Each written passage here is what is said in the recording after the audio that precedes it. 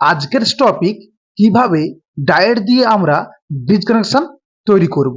তো সেই বিষয়ে আজকে আমাদের ভিডিও। তো নমস্কার বন্ধুরা, আমি বুম্বা আর আপনারা দেখছেন সবার প্রিয় আল ডায়োডিয়া চ্যানেল।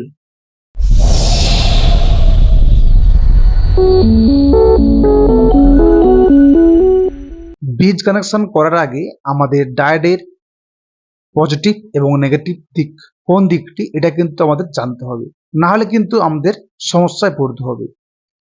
আমরা এখন যে ছবিটি দেখতে পাচ্ছি, এই ছবিটিতে ভালো করে খেয়াল করলে বুঝতে পারবেন যে পাশে আমাদের ডায়োডের অ্যাশ কালার দেওয়া আছে এটি কিন্তু আমাদের ডায়োডের নেগেটিভ দিক অর্থাৎ মাইনাস, এবং ডায়োডের যে পাশে ব্ল্যাক কালার এটা হচ্ছে পজিটিভ দিক অর্থাৎ প্লাস।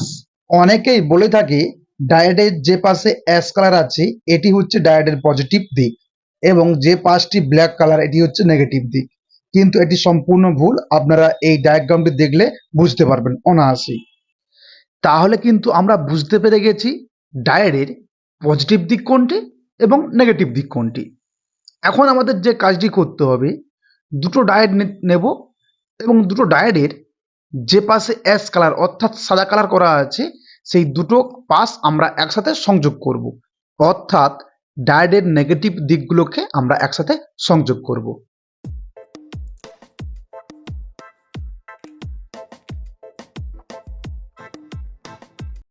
নেগেটিভ দিকগুলো সংযোগ করা হয়ে গেছে। এখন আমরা কি করব, আরো দু পিস ডায়োড নেব।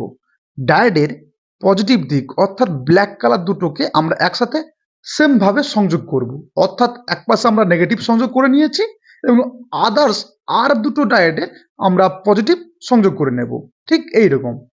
এখন আমাদের কি করতে হবে, যে ডায়োডগুলো রয়েছে সেই ডায়োডগুলোকে একে অপরের সাথে সংযোগ করব। তো একে অপরের সাথে সংযোগ করার সময় আমাদের কিন্তু এখানে নেগেটিভ পজিটিভ কোনো দেখার দরকার নেই, সংযোগ করে দিলেই কিন্তু আমাদের কানেকশন কমপ্লিট হয়ে যাবে।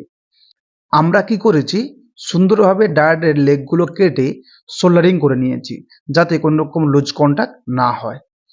এখন আপনারা যে ডায়াগ্রামটি দেখতে পাচ্ছেন এই ডায়াগ্রামটা কিন্তু আমাদের ব্রিজ কানেকশনের টোটাল ডিটেলস।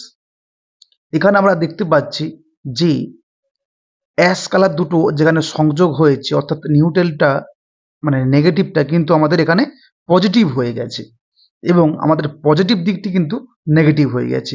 এই ব্রিজ কানেকশনের আসল রহস্য কিন্তু এটাই। এই কারণে অনেকে বলে যে ডায়োডের অ্যাশ কালারের দিকগুলো নিউট্রাল বা নেগেটিভ, আসলে তা নয়। যাই হোক, আমাদের আউটপুট কিন্তু আমরা বুঝতে পেরে গেছি। যে পাশ আমাদের দুটো অ্যাশ কালার যোগ হয়েছে এটা কিন্তু আমাদের ডিসি পজিটিভ এবং দুটো ব্ল্যাক ডায়োডের যেখানে সংযোগ হয়েছে অর্থাৎ যে আমাদের পজিটিভ দিকটা এটা কিন্তু আমাদের আউটপুট নেগেটিভ, এবং দুপাশে আমাদের ট্রান্সফর্মার থেকে আসা লাইন এখানে আমাদের ইনপুট প্রবেশ করবে। ট্রান্সফর্মার থেকে আগত ইনপুট ভোল্টেজকে আমরা ব্রিজ রেকটিফায়ার করে নেব, করার পরে আমাদের আউটপুট কিন্তু অনেকটাই এসি রয়ে যাবে। সেই এসিটাকে আমরা ফিল্টারিং করব একটি ক্যাপাসিটার দিয়ে। তো এখানে ক্যাপাসিটার কীভাবে সংযোগ করতে হয়, যদি আমাদের 24 ভোল্ট হয় তাহলে কিন্তু 24 ভোল্টের থেকে বেশি ভোল্টের ক্যাপাসিটার লাগাতে হবে। অর্থাৎ এখানে যেহেতু আমরা 24 ভোল্ট সংযোগ করছি তাই আমরা কি করব, এখানে একটি 35 ভোল্টের ক্যাপাসিটার সংযোগ করেছি। তো ক্যাপাসিটার সংযোগ করার জন্য ক্যাপাসিটারের যে নেগেটিভ পিন থাকে আপনারা দেখতে পাবেন যে ক্যাপাসিটারের সাইডে মাইনাস লেখা আছে, সেটা কিন্তু আমাদের আউটপুট মাইনাসেই সংযোগ করতে হবে এবং পজিটিভ দিকটি আমাদের আউটপুট প্লাসের সাথে সংযোগ করতে হবে। এইরকম একটি পিভিসি বক্সের মধ্যে ট্রান্সফর্মারকে লাগিয়ে নিয়েছি। ট্রান্সফর্মার থেকে আউটপুট যে 12 ভোল্ট এসি 12 ভোল্ট, সেই এসি 12 ভোল্টকে আমরা ডায়োডের সাথে সংযোগ করে দেব। আপনারা ডায়াগ্রাম দেখেছেন, সংযোগ কোথায় করতে হবে অবশ্যই বুঝতে পারছেন। যেখানে আমাদের ক্যাপাসিটার সংযোগ নেই এবং যেখানে ক্যাপাসিটার সংযোগ আছে সেখান থেকে আমরা আউটপুট পাবো। তো এখন আমরা আউটপুটটা নেব না, কারণ এটা দিয়ে একটি automatic lithium iron battery charger তৈরি করব। তখন আপনাদের দেখাবো এখান থেকে আউটপুটটি কিভাবে নিতে হয় এবং আউটপুট আমরা কিভাবে কাজে লাগাই। এটা কিন্তু আমরা তৈরি করব 24 ভোল্টের একটি লিথিয়াম আয়রন ব্যাটারি চার্জার। তো আজকের মতো এইটুকু, দেখা হবে অন্য কোনো টপিক নিয়ে, অন্য কোনো ভিডিও নিয়ে। আজকের মতো গুড বাই।